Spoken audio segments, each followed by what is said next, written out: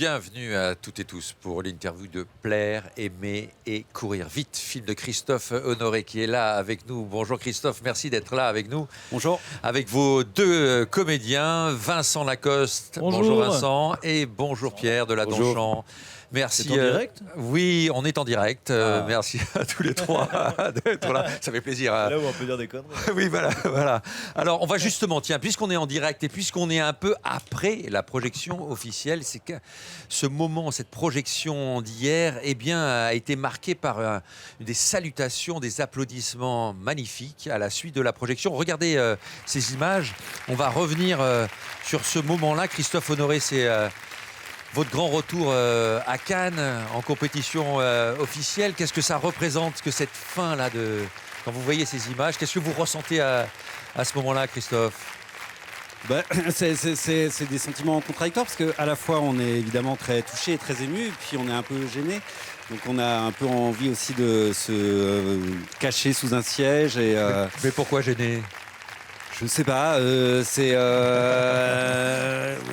non mais vous avez raison de se poser cette question-là, parce que est-ce qu'on fait des films en espérant que les gens applaudissent ou pas ? Mais quand même. C'est étrange, ouais. Oui. Je sais pas, moi je suis toujours un peu gêné, j'ai toujours l'impression que l'expérience du cinéma est une expérience un peu solitaire. Oui. Et voilà, mais j'étais ravi de pouvoir offrir ça à Pierre, à Vincent et nous à Denis. l'offrir à nous trois et Oui. aux autres acteurs et actrices du film. Et oui, Pierre, parce que c'était une première fois en compétition officielle aussi pour vous, une présentation comme celle-là. Quel a été votre sentiment pendant la projection, après la projection ?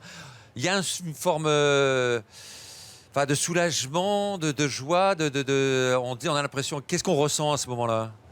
Alors, si je me fie aux faits, je crois que j'étais très stressé parce que j'ai pas pu me retenir d'aller aux toilettes en plein milieu.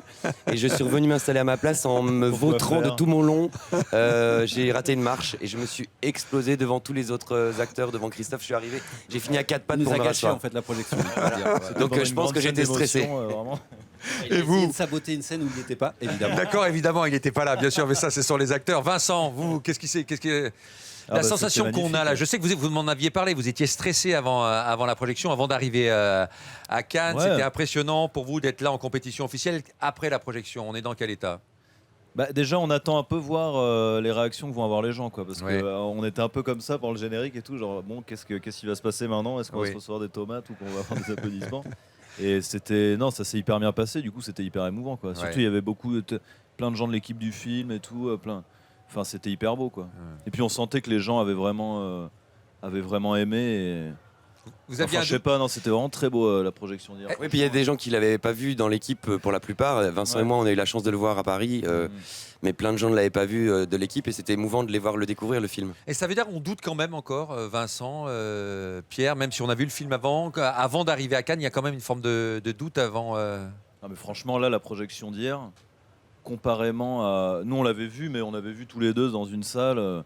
Devant 2000 personnes, avec tous les gens qui réagissent et tout, c'est quand même c'est une autre expérience, quoi. Ouais. Et on sent que... Je trouve qu'une projection où l'équipe est dans la salle avec les gens, c'est entre le cinéma et le théâtre. C'est comme si on était un peu, pas sur scène, mais presque, et après on se lève pour saluer. Ouais. Donc c'est très, très particulier comme sensation. Eh oui, vous êtes là pour jouer devant eux, Christophe Honoré, un dernier et un premier amour, une magnifique histoire qui nous replonge dans ces années-là. Histoire d'amour fantôme, en tout cas ces fantômes-là à qui vous dédiez presque ce film. Je pense à Bernard-Marie Coltès, Jean-Luc Lagarce, Hervé Guébert. Ce que vous aimiez, ce que vous vénériez, c'est comme une histoire, le fantôme d'une histoire que vous aurez aimé vivre, en tout cas avec eux, vous, jeunes Rennais justement, qui rêvaient de Paris, qui rêvaient de les rencontrer. Oui, le cinéma permet des fois des rencontres impossibles, justement, par la fiction, par le romanesque. C'est vrai que c'est un film qui est à la fois très personnel, mais qui est finalement très peuplé d'autres gens. Et j'avais envie de ça, c'est-à-dire que dans l'idée de faire une sorte de tableau en fait de ces années 90, pour moi c'était très très important que le film ait des spectres mais vivants et joyeux aussi. C'est-à-dire qu'il y ait une circulation comme ça de gens que j'avais énormément aimés à cette époque-là. Et de leur offrir un peu le film comme un espace en fait pour revivre. C'était une des idées que j'avais en tête. J'aime la joie, effectivement, qui parcourt ce film. J'aime juste qui est amenée aussi en partie par Vincent Lacoste, mais qui est aussi présente dans cette manière d'aborder la maladie et pourquoi pas la mort du personnage de Pierre Deladonchamp. C'était important aussi d'amener une forme de légèreté face à la mort, face à cette maladie terrible qui décime pratiquement la partie d'une génération. Oui, moi, je trouve que dans ce genre de sujet, c'est important d'éviter le solennel. Enfin, c'est tellement facile d'être un peu assuré, de prendre le pouvoir sur le spectateur, même si j'assume le côté mélodrame du film. Je trouve qu'on est d'autant plus ému au cinéma quand on a vu les personnages heureux. Et c'était l'enjeu de beaucoup de séquences, en fait, de présenter ces personnages heureux malgré tout. Et heureux malgré le fait qu'ils voient bien qu'ils se lancent dans une histoire d'amour qui est sans issue, heureux malgré la menace qui règne. Et il y avait vraiment ce désir-là, en tout cas, d'être... de permettre au personnage d'être joyeux, en fait, et pas complaisant dans la peine. Justement, Pierre, qu'est-ce que vous a dit Christophe pour préparer ce rôle, cet écrivain qui est un auteur reconnu, mais qui va faire face, qui est père, et qui va devoir faire face à la mort, à la maladie. Comment vous avez préparé ce rôle tous les deux ? Voilà, je sais pas, ça va pas être très original, mais j'ai pas l'impression d'avoir préparé le rôle. Oui. Là où je me sentais le plus en création avec Christophe, c'est au moment du plateau. Arriver, voir ce qu'il avait prévu, être sans cesse étonné par la mise en scène qu'il avait installée, que j'aime particulièrement en tant que spectateur dans ce film parce qu'elle est toujours sans ostentation, mais en même temps très précise, elle vise droit. Et j'étais là, j'avais envie de me mettre à sa disposition, essayer de bien connaître mon texte évidemment, même s'il y a des fois où c'était plus dur que d'autres. Et sinon, toujours être heureux d'être là. Et vraiment, je me suis senti vouloir me mettre à sa disposition. Et comment il vous a réglé pour trouver cette bonne distance justement entre le mélodrame et une certaine forme de comédie, pas seulement avec Vincent dans l'histoire d'amour, enfin le personnage d'Arthur et le personnage de Jacques, mais aussi avec le personnage de Podalides. Il y a une manière d'échanger dans l'amitié. Il y a des scènes très belles aussi dans la baignoire où vous êtes face à un de vos amants qui est mourant. Et en même temps, vous parlez de la mort. Oui, avec une forme de détachement. Mais c'est ça que fait Christophe dans son cinéma et que j'aime énormément. C'est toujours gênant de parler de son cinéma devant lui, mais c'est pas grave, c'est mon avis depuis très longtemps. Il arrive à désamorcer les situations lourdes et mélodramatiques justement avec sa façon de mettre en scène les choses pour que voilà, on dise des choses très très lourdes avec un peu de légèreté et des choses très légères avec parfois une verve ou un langage qui font que ça devient tout de suite un petit peu plus important que d'habitude. Et moi, c'est ce que j'ai aimé faire. Mais surtout, j'ai essayé de ne pas copier ce que j'ai pu voir des acteurs de Christophe auparavant. Parce que voilà, c'est très écrit. Moi, j'avais un peu peur de ça. J'avais peur de ne pas réussir à endosser le personnage. Mais finalement, j'ai essayé de ne pas réfléchir. Et c'est ce que je fais de mieux, je crois. Donc, quand je ne réfléchis pas. Effectivement. Vincent, vous avez réfléchi, vous ? Moi, j'ai énormément réfléchi, par contre. J'ai passé mon temps à réfléchir. Non, mais nous, on a préparé... comment j'ai préparé assez simplement, en fait, on n'en a pas beaucoup. Christophe, déjà, il voulait faire absolument aucune répétition. Du coup, on était un peu tout seul au début. Il nous a donné des livres, un peu. Il m'a donné un livre qui s'appelle Les lignes de beauté de Alan Hollinghurst. Oui. Ensuite, il m'a donné quelques films à voir. Lesquels ? Surtout Happy Together de Wong Kar-wai et My Own Private Idaho.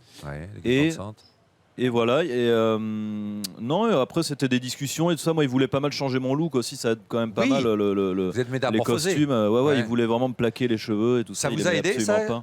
Ça vous a... Ouais, ça aide oui, ça c'est sûr, quand on est totalement changé et tout ça. Et puis il voulait vraiment m'érotiser, quoi. Enfin, c'est ce qu'il m'a dit. Hein. Donc là, c'est un peu raté, moi. Justement. Le costume était mon corps. Justement.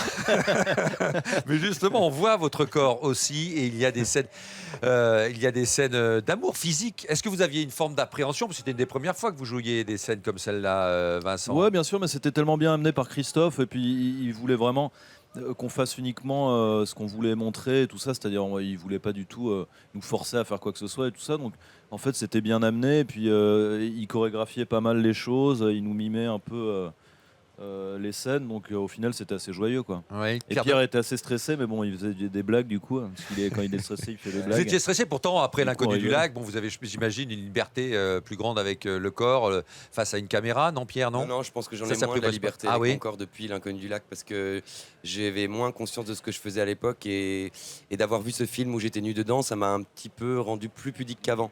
Sans m'avoir traumatisé, hein, mais tu dis non? Merci, j'ai dit nu dedans. Nu dedans.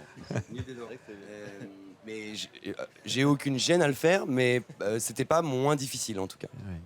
Parce Il y a que j'en avais fait d'autres. Il y avait une attention particulière aussi à la rencontre des corps, ne pas trop en montrer, mais passer par là quand même, Christophe Honoré. C'est une des difficultés quand même quand vous faites un casting et notamment quand vous savez que vous allez raconter une histoire d'amour, c'est qu'il y ait de l'électricité entre les acteurs que vous choisissez. Ouais. Et ça, vous pouvez pas tellement vous pouvez parier sur cette idée, mais en tout cas, vous pouvez pas le construire. Donc c'est vrai que c'est pour ça aussi que je voulais pas faire justement de répétitions trop, etc. On avait juste dîné ensemble tous les trois, discuté un petit peu. Mais après, c'est vrai que la sensualité, et ils ont une sensualité, un rapport justement à leur peau, à leur posture qui est très différente, Pierre et Vincent. Et après, la mise en scène, c'était d'essayer d'accorder ça, en fait. Comme vous travaillez avec deux danseurs qui ne sont pas sur le même rythme, et puis vous jouez justement de ces différences de rythme, ou au contraire, vous essayez de les rendre soudain harmonieux, et puis au fur et à mesure où l'histoire se développe, ils ne s'embrassent pas de la même façon, par exemple. Donc, j'avais fait en sorte que leur premier baiser, c'était dans les premiers jours de tournage, donc il y a un petit côté baiser volé pour le coup, et je me disais, ah putain, voilà, donc ils vont pas y aller. Et puis en même temps, Et après, on se roulait des pelles à n'en plus finir. et après c'était hors Quel du plaisir que le plateau, cinéma. c'était- Même quand c'était c'est pas coupé prévu. les garçons, arrêtez, Ça ne s'arrêtait c'est pas. fini. Non mais c'est vrai que vous parlez de la préparation, ça me refait penser quand même que la seule préparation que j'ai vraiment conscientisée, je sais pas si ce mot existe, Oui, c'est ça, de il est créer pas mal. pas une fausse, mais d'aller vers la complicité avec Vincent pour qu'on se sente bien tous les deux, pour les scènes d'intimité, pour les scènes qu'on croit aussi qu'on s'aime bien, au moins. Et ça, ça a plus que marché parce qu'on s'aime vraiment beaucoup. On pense à la maladie dans ces moments-là, qu'en fait, parce qu'il y a une forme d'insouciance. Est-ce que c'est une insouciance, parce que il n'y a pas de frein pour votre personnage. La maladie n'est pas un problème. Ouais, bien J'ai sûr. l'impression la maladie de Jacques, enfin du personnage de Pierre Deladonchamp. Ouais, mais c'est ça qui est assez beau, je trouve, dans ce personnage, quoi. C'est que il a envie quand même de vivre sa vie et ses histoires d'amour malgré ça et malgré le fait que à cette époque-là, il y a énormément de personnes qui ont le sida et qui en meurent, et surtout on ne sait même pas comment ça s'attrape. Et d'une certaine manière, en fait, on ne sait pas vraiment ce qu'il pense, quoi, parce qu'on peut penser qu'il est inconscient et tout ça, sauf qu'il y a une scène où on voit quand même qu'il vérifie le préservatif après avoir fait Oui. l'amour. Donc en fait, c'est constamment présent, mais il décide je pense, d'être du côté de la vie, quoi, parce que sinon, bon. Oui, puis encore une fois, c'est pas ostentatoire. On le voit pas dire oh j'ai peur de cette maladie, mais je fais attention. On le comprend à travers la mise en scîne et c'est. qui serait un très mauvais dialogue en même temps. Non, mais c'est un genre de dialogue qui existe, figure-toi, dans certains films. Mais oui. Alors, on voit que les réalisateurs arrivent, mais ils n'ont pas le droit. Enfin, vous êtes écrivain également, Christophe Honoré. Ils ne peuvent pas sortir de votre scénario, proposer autre chose ou un mot en Interdiction plus. formelle. Non, au Ils peuvent pas contraire, moi, en sortir. fait, justement, peut-être parce Ah bon que j'ai publié des romans, etc. Pour moi, le scénario, c'est l'endroit de la réinvention permanente. D'accord. Donc, c'est pas du tout embarrassant si soudain il y a une fin de phrase qui est pas là ou des mots qui changent, etc. Je suis pas du tout un cinéaste obsédé de la virgule. Enfin, je crois pas. Non, pas du tout. Et donc, au contraire, en fait, en plus, comme j'ai tendance toujours à écrire des dialogues qui ont un caractère comme ça un peu paradeur, c'est plutôt intéressant que les comédiens les ramènent à eux. Merci beaucoup, Bah, merci à Christophe. Merci beaucoup. Vincent. Merci Pierre. Bravo à tous les trois, puis à l'ensemble de l'équipe, bien sûr.